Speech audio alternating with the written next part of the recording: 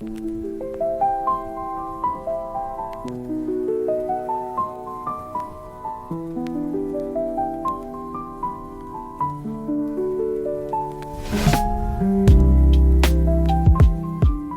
the door to mystery with one very short story. The Micro Podcast filled with morally complex characters, twists you won't predict, and endings you won't forget. Every episode is a brief, intense journey, perfect for listeners who crave mystery, intrigue, and stories that leave you thinking long after the tale ends. Today's episode begins now. What the rain didn't wash away. He ran like a man who'd never been chased before, clumsy, unpracticed, and stupid with fear. Boots slammed the wet pavement behind him, a staccato beat of hate and adrenaline. Breath wheezed out of his lungs in short, panicked bursts, fogging in the cold evening air. His denim jacket flapped open like a broken wing, and his boots, fancy ones, snakeskin, with the tips curled like a sneer, slipped on the edge of the curb. He fell, hard, split his lip on the sidewalk. Somebody laughed. One of them.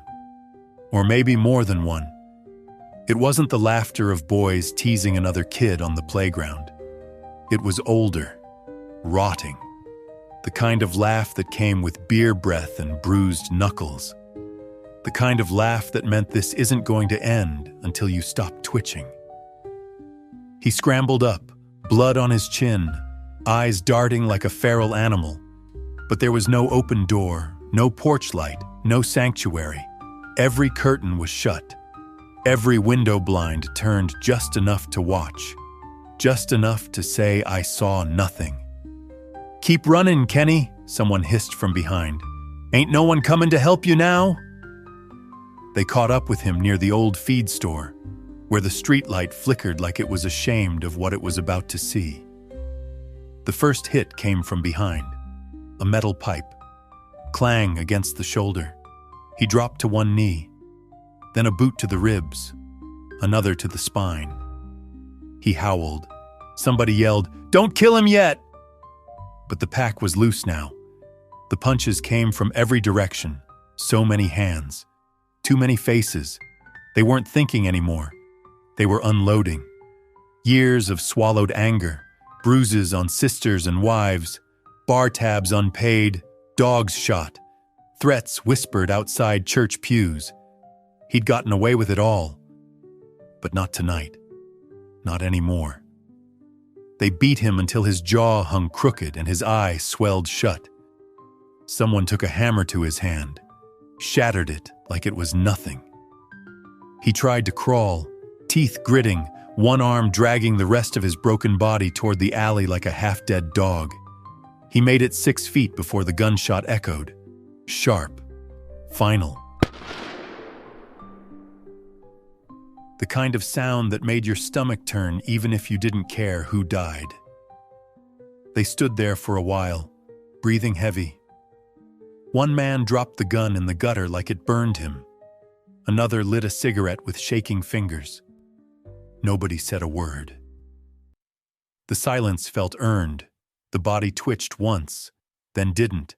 A siren wailed in the distance, but nobody ran, nobody hid. They just dispersed.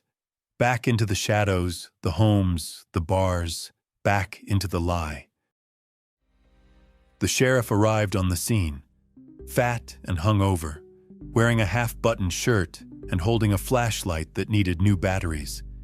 He looked at the blood trail, the pipe, the gun still floating in the rainwater by the curb. Then he looked at the body. "Kenny Griggs," he muttered. "God damn." The sheriff had 2 deputies. Both had arrived before him. They reported just what he thought they would. 40 witnesses, give or take. Some were in the diner across the street. Some were in the bathroom. Some were home with the kids, but drove up to the store to get some beer. All of them knew the man was dead. None of them saw it happen. No fingerprints, no cameras, just silence and justice. Or maybe not. Kenny Griggs had a rap sheet that stretched longer than Route 16.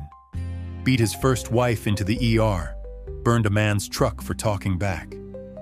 Rumor was he'd raped a girl in '93, but the case went cold when the evidence disappeared. He shot a dog in front of a kid once, just to prove he could. But that night, when he ran, he looked like a scared little boy. He begged, and they killed him anyway. So what do you call that? Justice? Or just another kind of rot, blooming under the magnolias? Depends who's telling the story. And in Juniper County, no one's telling it. Not out loud. Not ever. A dog howled in the background. It was the only eulogy Kenny Griggs would get.